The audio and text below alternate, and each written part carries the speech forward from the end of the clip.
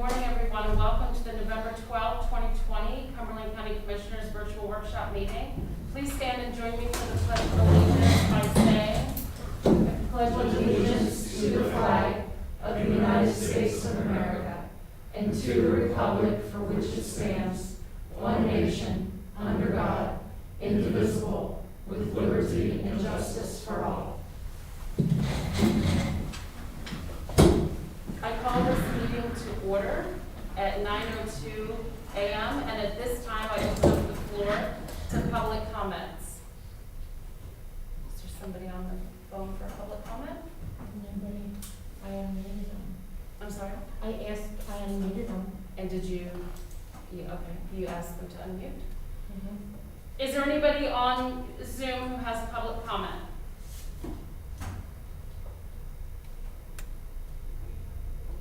Can you move your mouse? All right. Are they still showing you? Mm-hmm. They're still showing. Have we given enough time? I'm sorry? We've given enough time for the individual to unmute? Right, and there's no technical issue, they can participate, I assume? Mm-hmm. Okay. Okay. I think the question is, we're never quite sure if there's a technical issue. Right, So, on their so- side. You can try it again at the end of the meeting. Yeah. Why don't you hit ask to unmute one more time?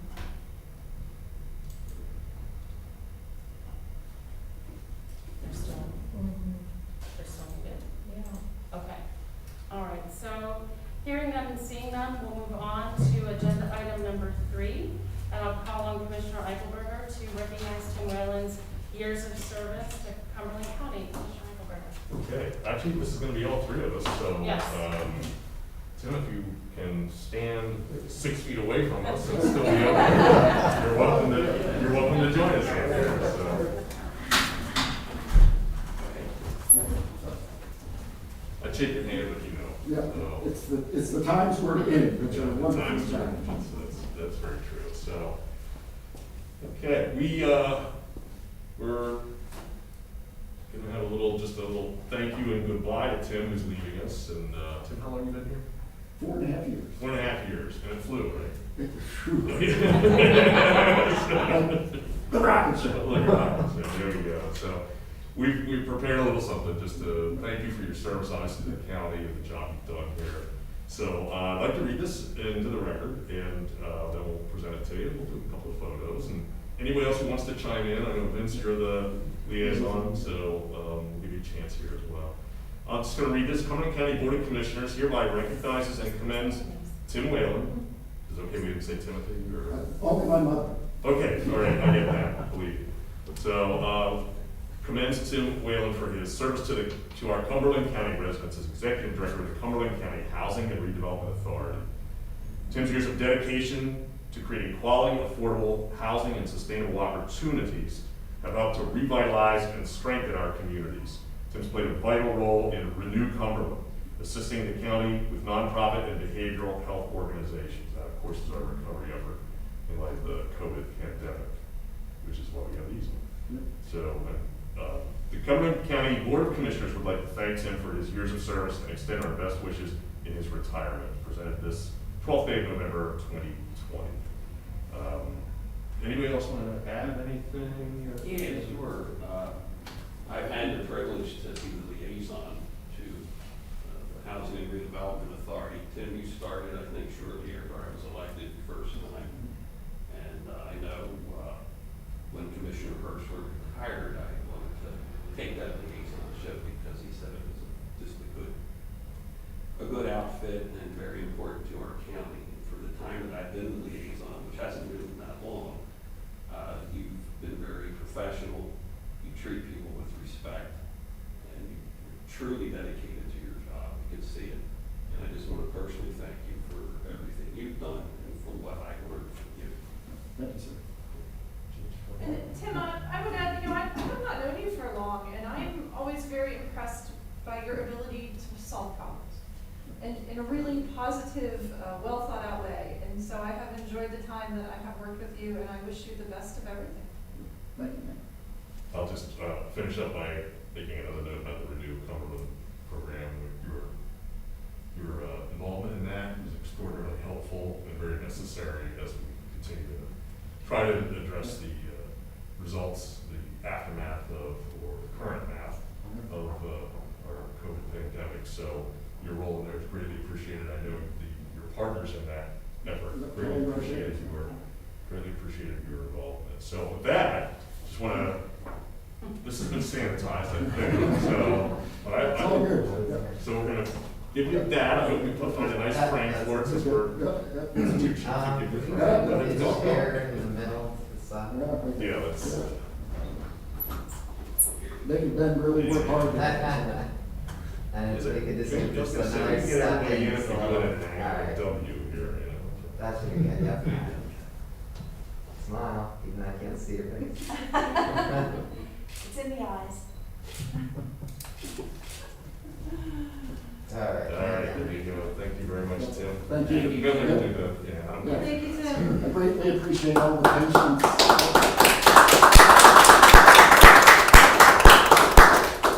This has certainly been the most challenging job that I've had in my 46-plus year career, from starting in this kind of work back in, long ago and far away.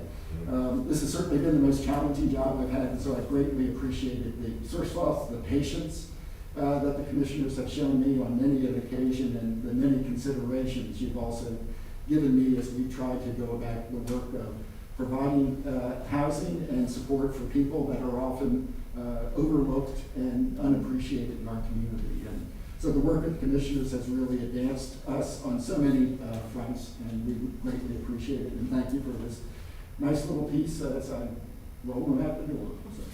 Enjoy your retirement. Well, thank you, sir. Yeah, thank you. Thank you.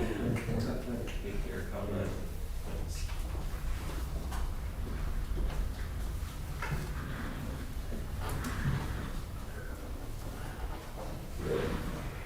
Okay, we'll move on to agenda item number 4, which is a request for approval of the funding request by the Cumberland County Housing and Redevelopment Authority in the amount of $20,000. This is an action requested item for the day. Okay, so, funding request, Housing Redevelopment Authority, I'm open to a motion on this. I'll make a motion to approve the request. And I second that motion. Okay, it's moved and seconded. All in favor indicate by saying aye. Aye. Any opposed? Motion carries. So, Thank you all. that's your item of business. If you want to roll out the door a little early, fully understanding. Thank you for that, and Yeah. appreciate everything that everyone here. Keith has been instrumental. Kelly and I worked together with Jack on the renew, Cumberland piece, and Stacy has given me too many considerations. Teresa's always kept me in line. What more can I ask? And then it takes great photos. Thank you all. Thank you, Ted. Thank you. Gee, Agenda item number 5 is also a request for approval of the funding request made by the Cumberland Area Economic Development Corporation in the amount of $150,000, with the caveat that $50,000 be set aside for, or set aside pending further information, and this is also an action requested item today. Okay, any questions on this before we address action? At this point, I'll entertain a motion. I'm going to move to approve the funding request by the Cumberland Area Economic Development Corporation in the amount of $150,000, with the caveat that $50,000 be set aside pending further information. second.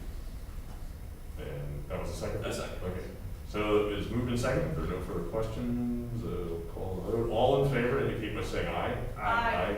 Any opposed? Motion carries.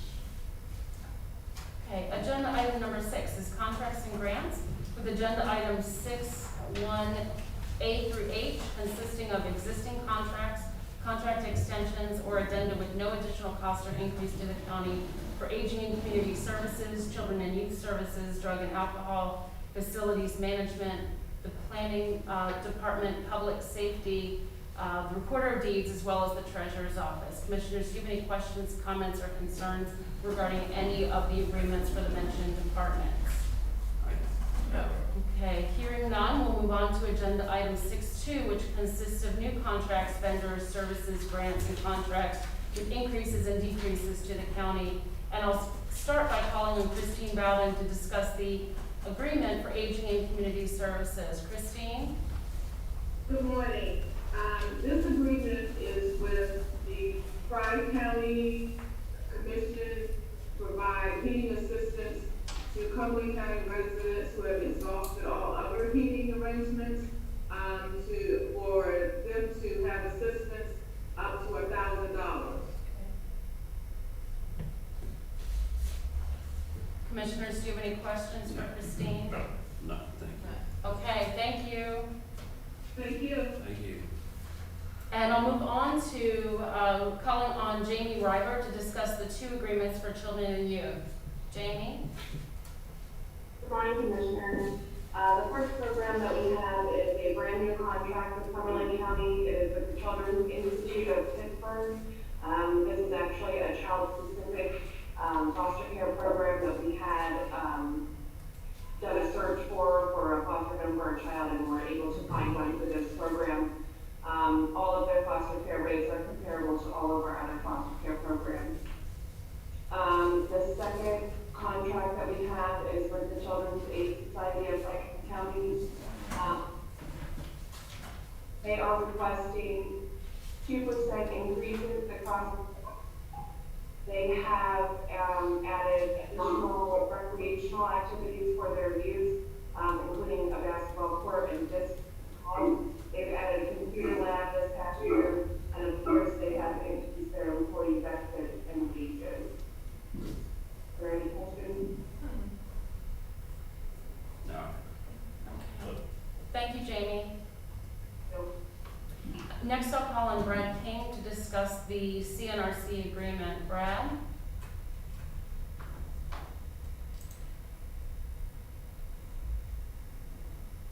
Have you? Yes, You used to call by phone, correct? Yeah. And he's unmuted. Mm-hmm.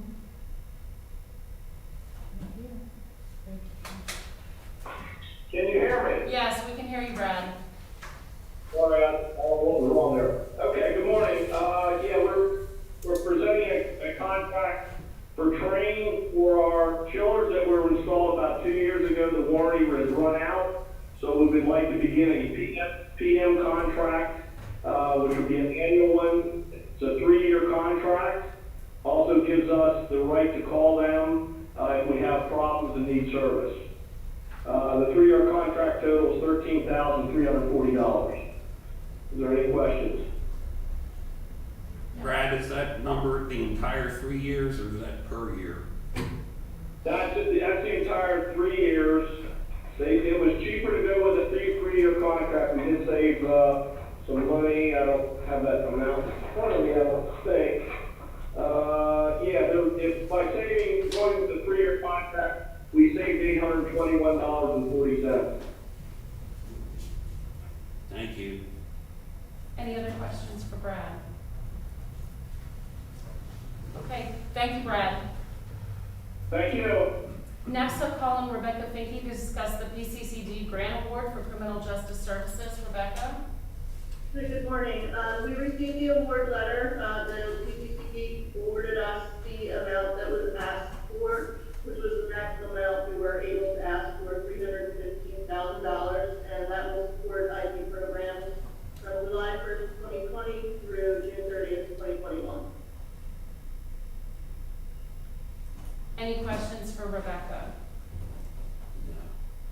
Thank you, Rebecca. Next, I'll call on Eric Radnovich to discuss the district attorney's grant for the highway safety project. Eric? Good morning, Commissioners. This grant is for $245,390.34 from the Pennsylvania Department of Transportation. It is a new and improved DUI grant. In the past, it had been a single-year grant confined solely to DUI enforcement. Last year, we received $112,000. It's a 2-year cycle. It now includes, inclusive of DUI, aggressive driving, occupant protection, and all new aspects of pedestrian safety. And it's a no-match grant. Any questions for Eric? No.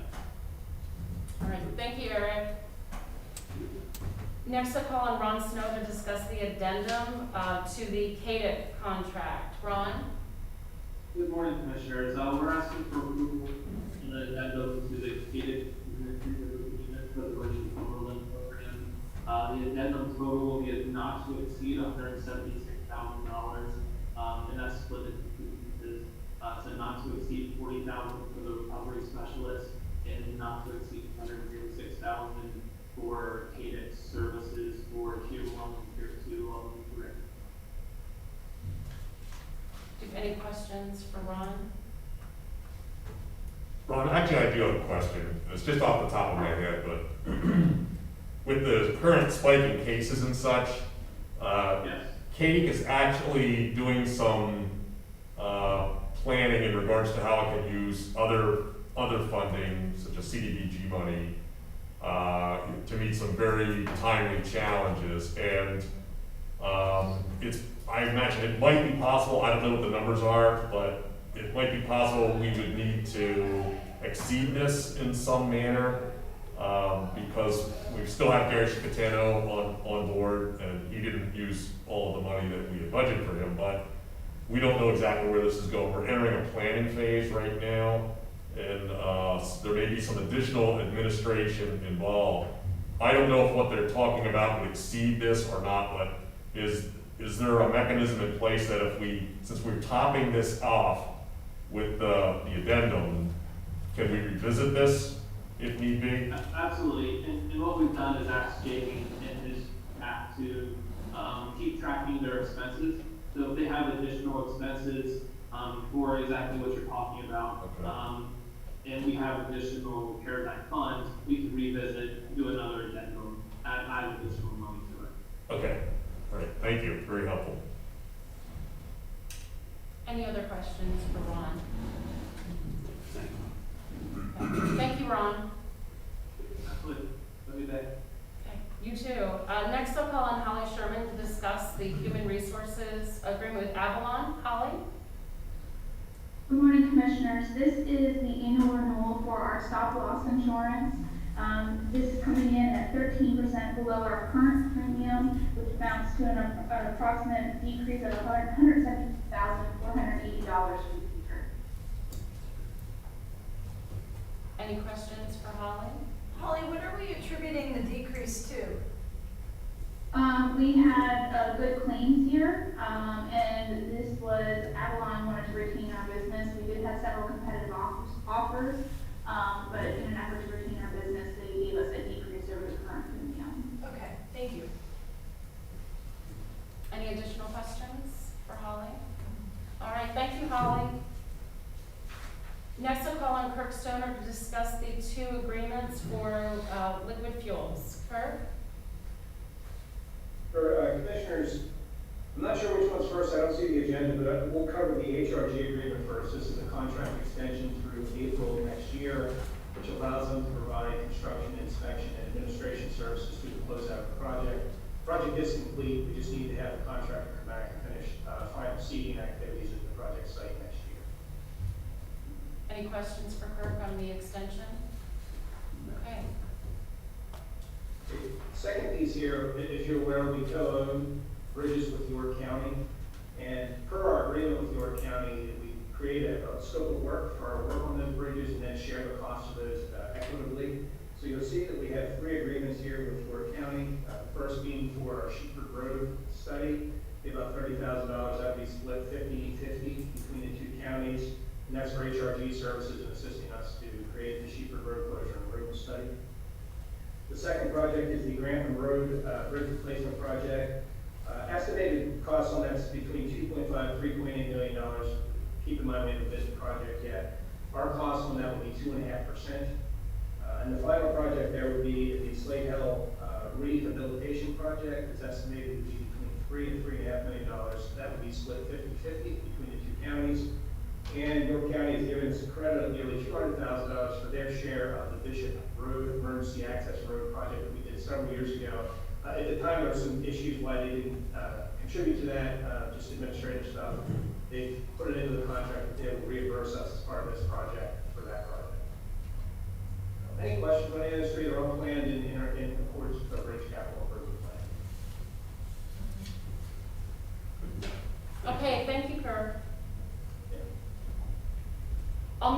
on to the next agenda item and call on Sue Carval to discuss the fiscal year 2020-2021 agreement for early intervention. Sue? Yes, good morning, Commissioners. The contract that we have with the TICO Pediatric Therapies is for speech therapy, and they are providing services based on need. And so the increases were $3,000 for this fiscal year contract.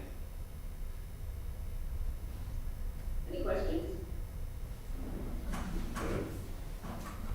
Thank you, Sue. Thank you.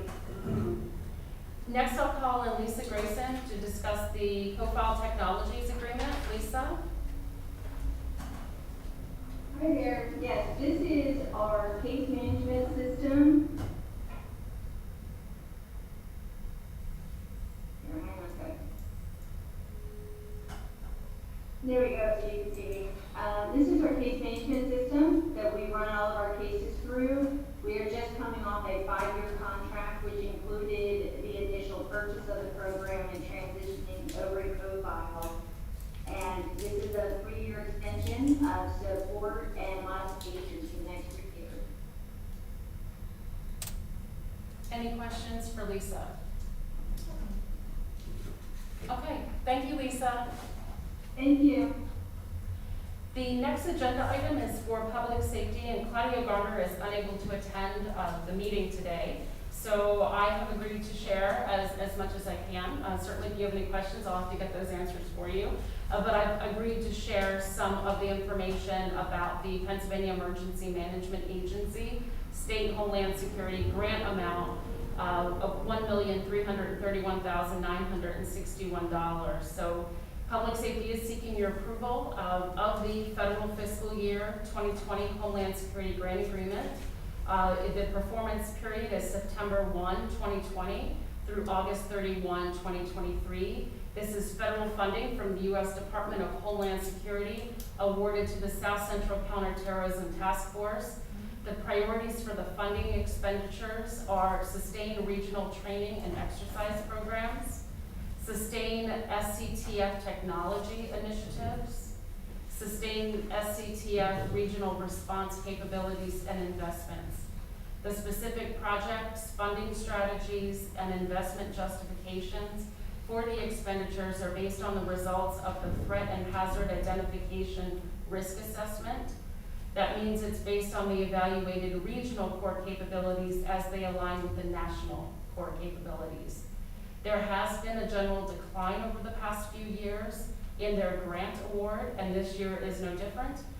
There is a decrease of $237,000 from federal fiscal year 2019. The revenues and expenses as they relate to this grant agreement are completed by Dauphin County as the fiduciary county for the task force. Each task force member county is required to approve the agreement and sign off individually on the grant award itself. Do you have any questions? Okay. We'll move on then to the next agenda item, and I'll call on Justin Miller to discuss recycling and waste, the grant for recycling and waste. Justin? Yes, good morning, Commissioners. Once again, this is the standard DEP paperwork for our household hazardous waste disposal program, in particular for our last event that we did in October. Consists of 2 items, a record of operations report, which tells DEP the types of material we received, their waste, and a grand total I have of 41,615 pounds. The second item is the application for reimbursement, so they will reimburse us 50% of the cost of the program, as long as the reimbursement exceeds the total cost of the program minus our user fees that we charge. The calculated amount is $60,468.14. I just want to conclude with a summary of the whole year. I think it was a very good year. We collected 150,372 pounds. That's the 3rd highest since the inception of the program. And we had a lot of positive survey responses from users. So very happy with how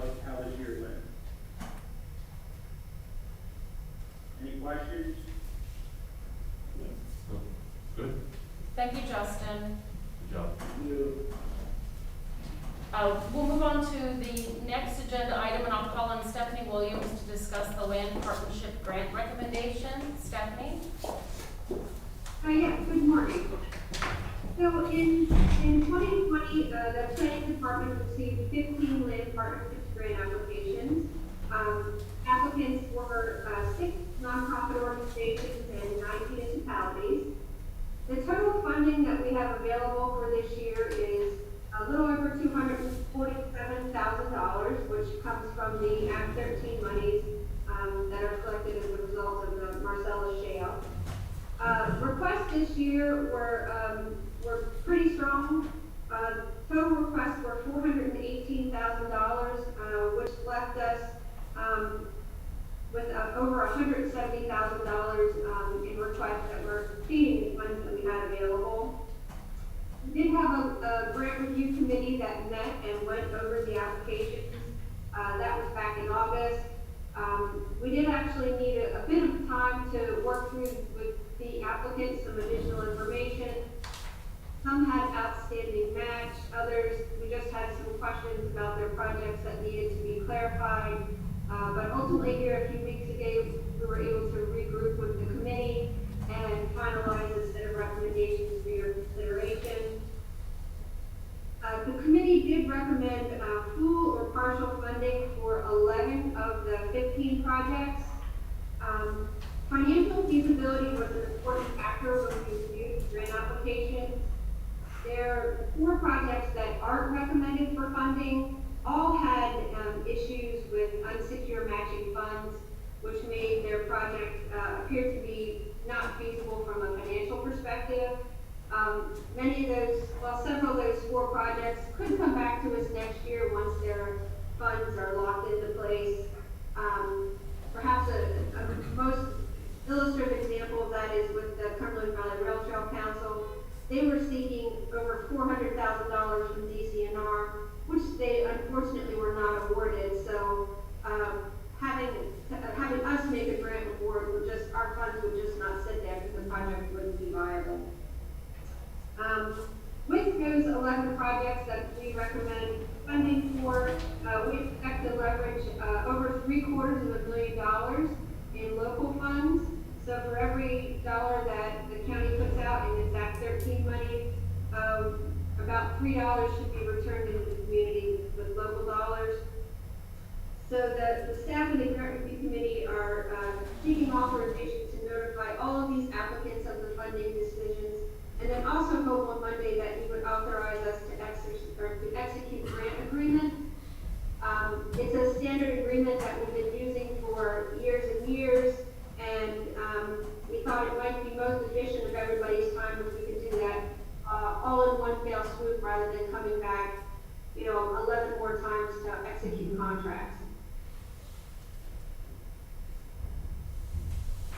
I'm happy to answer any questions about the individual applicants. Stephanie, I just have a question on the 4 that weren't granted any funds. And sorry if I missed it. They will have to reapply again, or are they grandfathered to next year for consideration?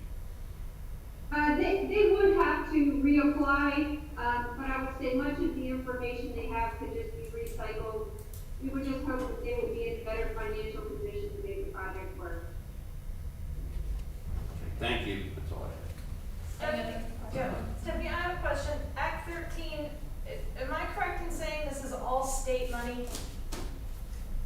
Well, it's fees that are collected from the private sector, and then it comes to us through the state. Okay. But it's Marcellus Shale money. It's fees from, okay. You got it. Thank you. The one nice thing, even though it's coming from the state, it can be matched with state funds. Okay. Any other questions for Stephanie? Just a quick, I've asked this before, but the trend line on that money, do we have how has that been faring since we get a fixed percentage of what's collected that year? Yeah, unfortunately, it's trending down a bit because it's tied to price of gas and production of gas. And the way the funding system is set up, it's decreasing over, I believe, a 14 or 15-year period on a single well. So it hasn't been dropping significantly, but maybe $5,000 to $10,000 each year. Okay, thank you. Thank you. Thank you, Stephanie. Thank you. I'll call on Solicitor Brenneman to discuss reaffirming execution of all CNRC non-disclosure agreements and approve the execution of all further CNRC non-disclosure agreements. Keith? Good morning, Commissioners. This is action that's requested for you to take on Monday. As you're aware, we're providing a lot of information to prospective purchasers that may be bidding for Claremont. And the non-disclosure agreement protects that information from further disclosure. I've given the advice that those agreements should be signed now. So that's why I'm looking for you to reaffirm those agreements signed up till Monday. And then going forward, so there's no delay in providing information to prospective purchasers, I'm going to ask you also to authorize the execution of those agreements as they come available in the future. So what actions that I have to assess here? Well, it could happen Monday as well. That's entirely up to you.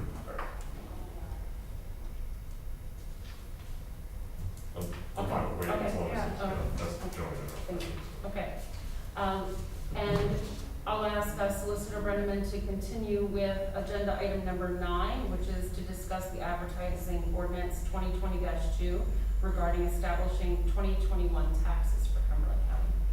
Commissioners, every year, of course, you do an annual tax ordinance. This is what this item on the agenda refers to.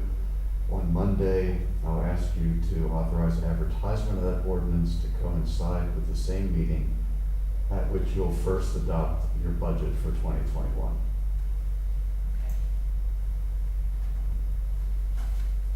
Any questions? Agenda item number 10 is discussion of a capital project request for the district attorney FID. And I'll call again on Eric Radovich to discuss it. It's the MVAC. Eric? Good morning, Commissioners, and a somewhat shrinking audience. I feel like I'm a private This is a capital project that mimics a Cumberland grant that I put in last month. It's for $147,000. It's a 4-part project, 2 hardware pieces for the laboratory and 2 contracts outside laboratories to support other laboratory instruments. So it's it wound up being a no-match project in terms of it's fully funded by the grant we're awarded that from PCCP and that was started in January. Any questions for Eric? Thank you, Eric. That's no ridiculous.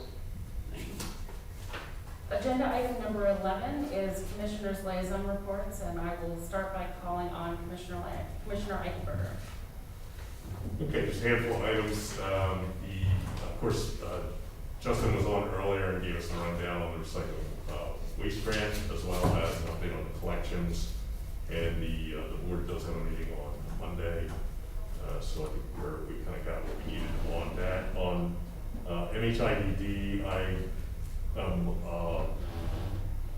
put in an inquiry, or I don't think I've sent it yet, to Andy just to get an update. Now that we're with cases spiking, I'd like to get an update on some of the programs that we have begun reinstituting public contact with, and of course, the Project Search job program and such. I just want to get an update on so that we know what the status is of how those are being managed. And I know they continue to have significant concerns over the lack of a budget solution, so I'm going to ask her for an update on that situation. I'll share it with you when I have that.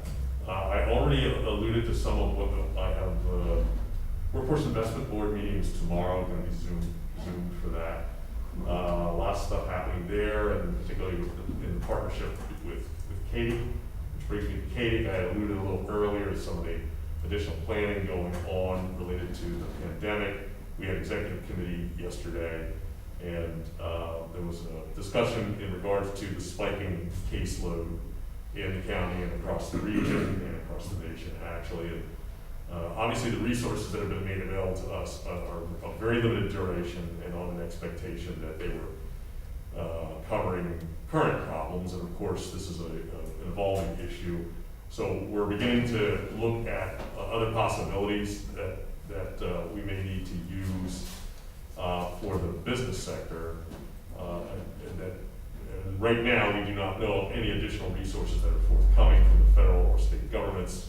We have a strong feeling that there probably will be, but we can't bank on that just yet. So we have some other like CDBG monies and such that we could possibly employ, and some other ideas that we need to vet a little more before they really come to the commissioners. But we're continuing to look at the situation, particularly with the warning from CDC yesterday that the winter months are possibly going to be pretty bad. And we aren't really expecting, I can't rule it out, but we aren't expecting a lockdown in the form that was previously had, or that we're seeing in some of the areas of Europe right now. But obviously a lack of consumer confidence is going to hurt a lot of our existing businesses that we just finished helping with the CARES money.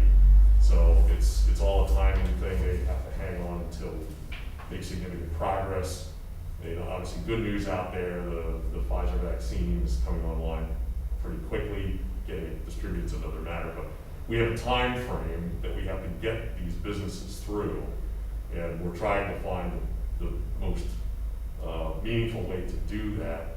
So we're looking at basically a 3-month period and a 6-month period, and trying to at least scenario build out what we think things might look like. Given the seasonal implications and given the potential implications of vaccine and other remedies that might be available, therapeutics and such, and where we might be on that. So we're trying to put in a very flexible response, but obviously emphasis on the word flexible because we don't know exactly where things are going. But I'm going to have some more that I'm going to be bringing back to all of you on that in the near future. That's everything I have for now. Thank you, Commissioner Weinberger. Commissioner Hashi. So, Children and Youth Citizens Advisory Committee, I did not make it to their last meeting, but I know that we just appointed new people to that committee, and I think they're well on their way. HATS, we haven't had a meeting in a couple of months, but it does a quarterly meeting. LEPC, the Local Emergency Planning Committee, I have this afternoon.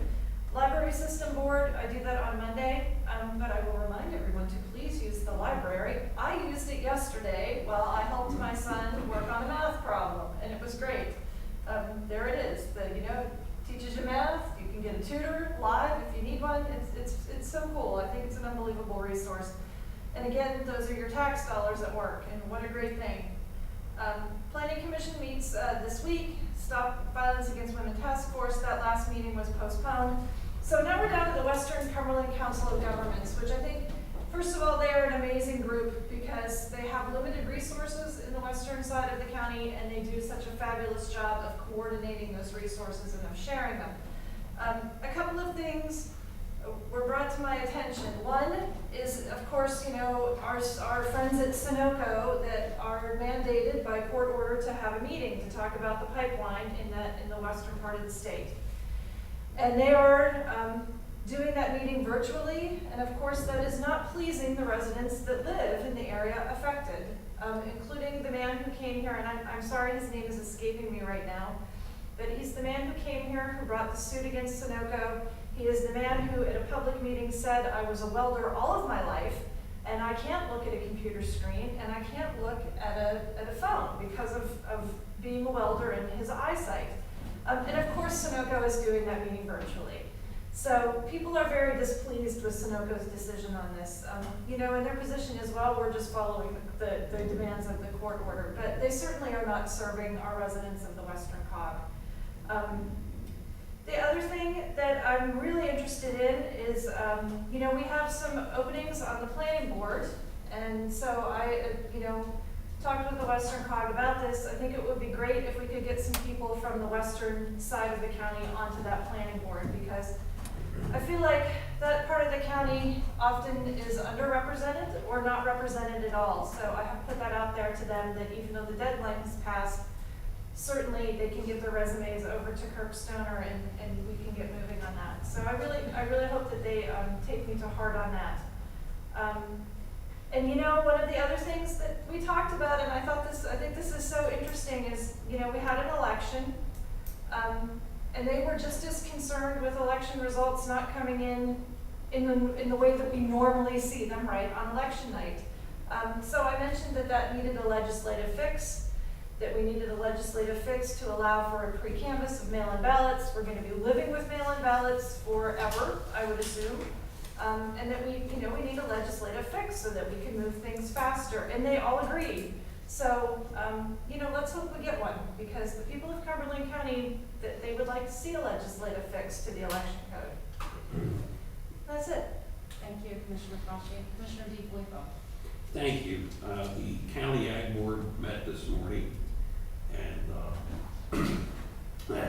want to report that most of the farms are moving along quite well for settlement. We'll have 4 later this month, 2 more in December.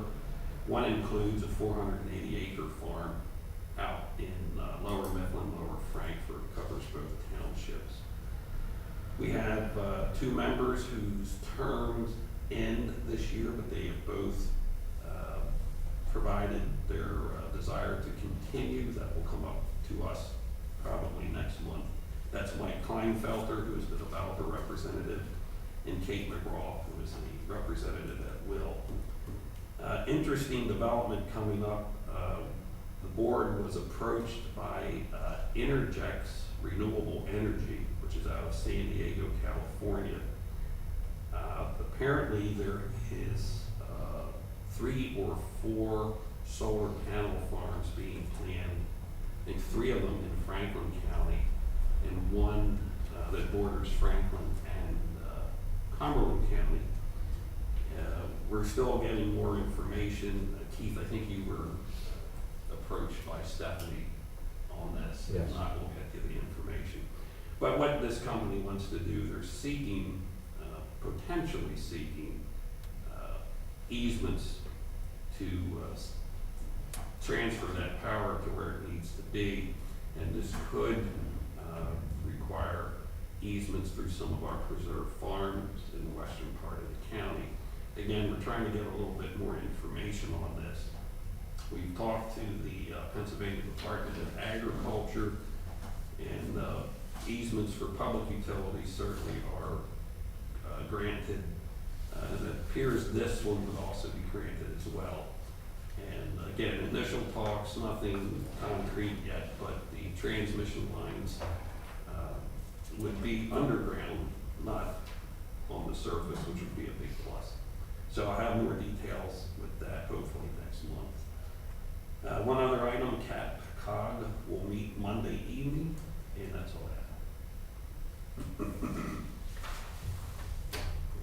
Okay, thank you, Commissioner DeFilippo. I would like to report that an executive session was held on November 10, 2020 at 9:30 a.m. regarding personnel. Is there any other business that needs to come before the board today? Commissioners, I'd ask if you could check, please, to see if anybody's available and wants to speak during public comment at this point. Okay, that person. Okay. Thank you. Thank you for the reminder. Hearing none, then we will adjourn.